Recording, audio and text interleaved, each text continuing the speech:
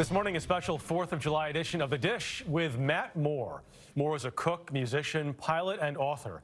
His latest book is called Serial Griller, a trip across America that makes you think and makes you hungry. With the help of his small 1976 Piper Cherokee plane in the air and countless car rides on the ground, Matt Moore traveled 10,000 miles in 3 months to put together his latest book. It's a rolling, grilling guest party across America. You were all over America, but it feels like a global book. The greatest part about where we are is we all come from somewhere else, and one of the commonalities that we share is that we bring our cuisines. From Lillian's Barbecue in Atlanta to Fajitas a Go-Go in Houston and Zahav in Philadelphia. If you have a craving for any particular style, it is easy to find in Serial Griller, Moore's 125 recipe tribute to fire and friendship. First, the basics. As Moore explains, the all-important difference between a barbecue and grilling. As a Southerner, we often talk about the difference between what is barbecue and what is grilling. My wife is from Wisconsin, so I love her to death, but when she invited me to the first summer barbecue, there were bratwursts and cheese, which is not technically barbecue. As a Southerner, I'm expecting slowly roasted pork or brisket. So everything in barbecue happens below 300 degrees, but in Serial Griller, we're actually focusing on all the goodness that happens above that temperature, where you're getting that natural reaction of the sugars and the enzymes that create that brown food is good food mantra. Brown food is good food is scientific, says Moore. He talks about the Maillard reaction, that chemical dance between amino acids and sugars that takes place when food is prepared above 300 degrees. Purists will always argue for hardwood to produce that heat, but there are many ways to get there. One of the things I really wanted to strive to do in writing this book is not discriminate whether you're a gas griller or a charcoal griller or a hardwood griller, but being able to set up different zones of fire. This week, for the 4th of July, Moore showed us a feast. Let's talk about what's on the table first. Yeah, well, first in my hand, most importantly, a little cocktail. We picked this up in Charleston, South Carolina. It's a day tripper. Lemon juice, vodka, a little bit of sweet tea extract, and some lavender bitters. Cheers. Feel right at home here, man. Cheers. Happy 4th. Happy 4th.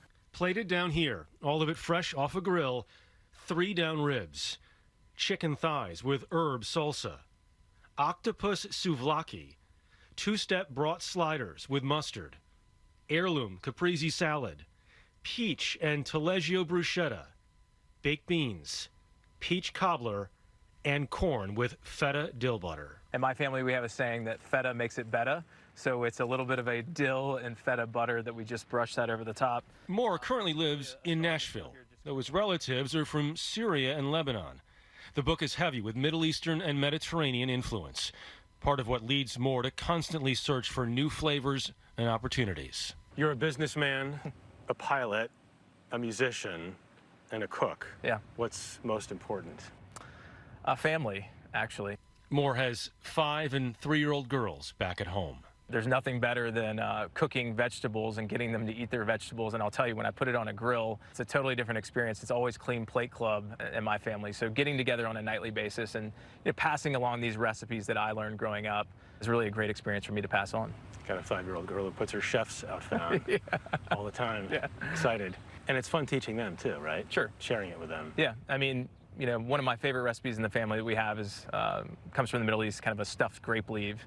And if you ask my kids what their favorite food is, it's not pizza, hot dogs, or hamburgers. It's grape leaves. That's great. But my mother has to make them. The way food like this can bring family together, no matter where they live or how they like it, is what makes Serial Griller a fun read, especially right now. July 4th, 2020, your message to would-be grillers out there. Get outside and grill, first and foremost.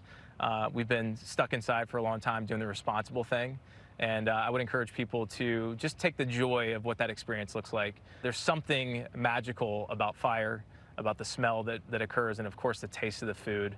And it doesn't matter if you're grilling seafood or vegetables or a big steak, a tomahawk ribeye like I probably have planned. I just think it just puts a smile on everybody's face. And you can, of course, get outside and grill responsibly as well. Mish, I know you weren't able to join this shoot because you were on a shoot yourself, but we wanted to make sure no one is left out here. So we've got something coming in for you, I believe. as we speak. Oh my God! The old peach cobbler. Oh, this is amazing. Here it comes. Oh, Marcy. Look at that from Marcy. Waldman. I love Marcy. Oh my God! This is my grandmother used to make this for me all the time. Geez, thank you so much. Oh, you're so welcome. Thank I was Marcy. just gonna say, I've been grilling. This is really a moment. My grandma better taste as good as my grandma's. You're gonna make me cry too. That's really beautiful. I'm so glad you have that there. Please enjoy it. I'm sorry. Did I yell in your ear? Yeah, I hear you. We thank Brian, Tony, Marcy, everybody involved in that entire shoot. That was nice.